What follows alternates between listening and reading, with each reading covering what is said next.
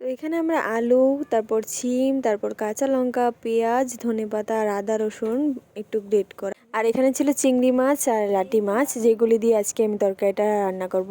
তো প্রথমেই কড়াইতে আমি সরিষার তেল দিয়ে দিলাম কিছুটা, তারপর এটা গরম হওয়া অবধি আমি একটু ওয়েট করব, তারপর বাকি উপকরণ নেট করে দেব। এই দেখো প্রায় তেলটা গরম হয়ে এসেছে, তারপর আমি একটু হলুদ দিয়ে আর একটু লবণ দিয়ে দিলাম। এখন এই মাছগুলি দিয়ে দিচ্ছিলাম, প্রথম বড় মাছগুলি, লাটি মাছগুলিকে দিয়ে ভালো করে ভেজে নিয়েছিলাম লাল লাল করে এবং তুলে নিয়েছিলাম। তারপর আমরা ভেজে নিয়েছিলাম চিংড়ি মাছগুলো, খুব সুন্দর করে লাল লাল করে ভেজে নিয়ে এগুলিকেও তুলে নিয়েছিলাম। তারপর আমরা সব কয়টা সবজি যেমন আলু, সিম সব কয়টাকে আমরা এরকম ভেজে নেব এই তেলেই। তো এই দেখো প্রথমে আমি আলুগুলিকে ভেজে নিয়েছি, তারপর এগুলিকে নামিয়ে নিলাম। তারপর আমরা সিমগুলিকেও এই তেলে দিয়ে ভালো করে একটু হলুদ দিয়ে এরকম ভেজে নিয়েছিলাম।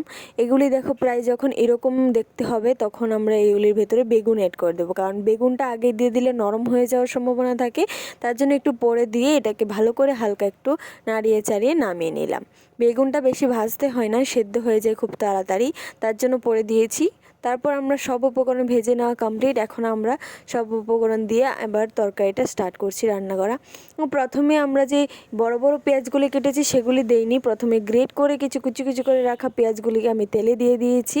এখন সব কয়টাকে ভালো করে ভেজে নেব লাল লাল করে। তারপর দিয়ে দিয়েছি আদা এবং রসুন মানে গ্রেট করা, তারপর দিয়ে দিচ্ছি কিছু কাঁচা লঙ্কা, এগুলিকেও ভালো করে ভেজে নেব। তারপরে একটু হলুদ, তারপরে দেব লঙ্কার গুঁড়ো, তারপরে দেব আমরা এখানে ধনে গুঁড়ো, তারপর দিয়ে দিচ্ছি আমরা এখানে জিরে গুঁড়ো। এগুলিকে ভালো করে কষিয়ে নিতে হবে। প্রথমে একটু নাড়াচাড়া করে তারপর এটাতে হালকা একটু জল অ্যাড করে দেব আমরা।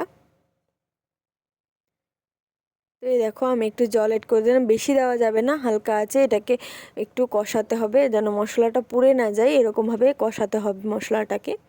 তারপর আমাদের কষানো কমপ্লিট হয়ে গেলে সবজিগুলো সব এটাতে ঢেলে দেওয়া হবে এবং ভালো করে মিক্স করে নিতে হবে। তারপর আমাদের যে পেঁয়াজগুলো ছিল সেগুলিকে একটু দিয়ে একদম ভেজে নেব, তারপর এটাতে জল অ্যাড করে নেব পরিমাণ মতো, বেশি দেওয়া যাবে না, সবজি আন্দাজ করে সবজির মতো করেই জলটা পরিমাণ মতো দিয়ে দিতে হবে। তারপর দিয়ে দেবো চিংড়ি মাছ আর আমাদের যে লাটি মাছগুলি আছে সেগুলিকে দিয়ে দিয়ে ভালো করে একটু নাড়াচাড়া করে, বেশি নাড়াচাড়া করবো না, একটু নাড়াচাড়া করে এবার একটা প্লেটের সাহায্যে ঢাকনা দিয়ে দেব।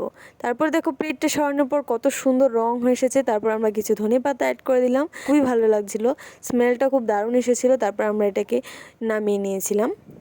তো দেখো ফাইনালি আজকে আমাদের তরকারিটা রেডি হয়ে গেছে, এটা খেতেও দুর্দান্ত টেস্ট হয়েছিল। তো ভিডিওটি কেমন লেগেছে অবশ্যই একটি সুন্দর কমেন্ট করে যাবেন এবং লাইক করতে ভুলবেন না। টাটা।